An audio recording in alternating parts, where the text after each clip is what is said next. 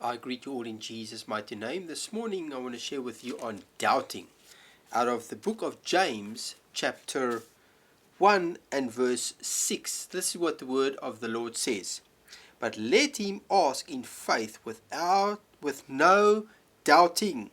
For he who doubts is like a wave of the sea driven and tossed by the wind. Meaning you just go any direction. You are doubting, you've got no faith, you've got no direction, but you're doubting. Verse 7 says, For let not that man suppose that he will receive anything from the Lord. Verse 8, He is a double-minded man, unstable in all his ways.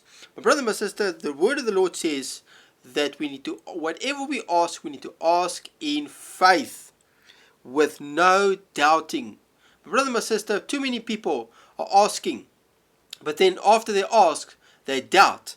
Jesus says that for he who doubts is like a wave of the sea driven and tossed by the wind, throwing you all over the place, my brother, my sister. You don't believe, you ask, but you're not really believing. You've got unbelief, you are a little of faith, and you are doubting what you have asked. The word of the Lord is very clear in verse 7. It says, For let not that man suppose that he will receive anything from the Lord. You will not receive anything from the Lord that you ask for, my brother and my sister, because you are doubting. And also when you ask, it needs to be in the will of the Lord.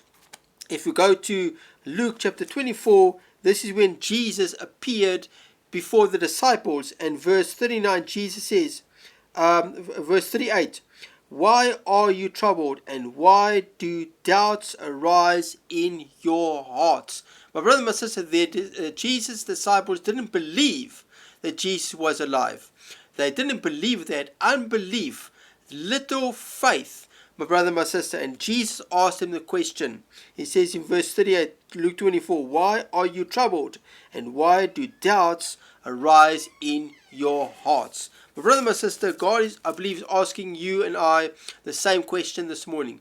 Why are doubts arising in our hearts? Why is doubts rising in your heart? You've been asking the Lord for a certain thing, but then you go and doubt. Do not doubt, my brother and my sister, because you will not receive the thing that you've asked for of the Lord. If you're going to continue doubting, and if you do not believe, you will not receive anything from the Lord. You are a double-minded man in all your ways. Stop doubting and start believing.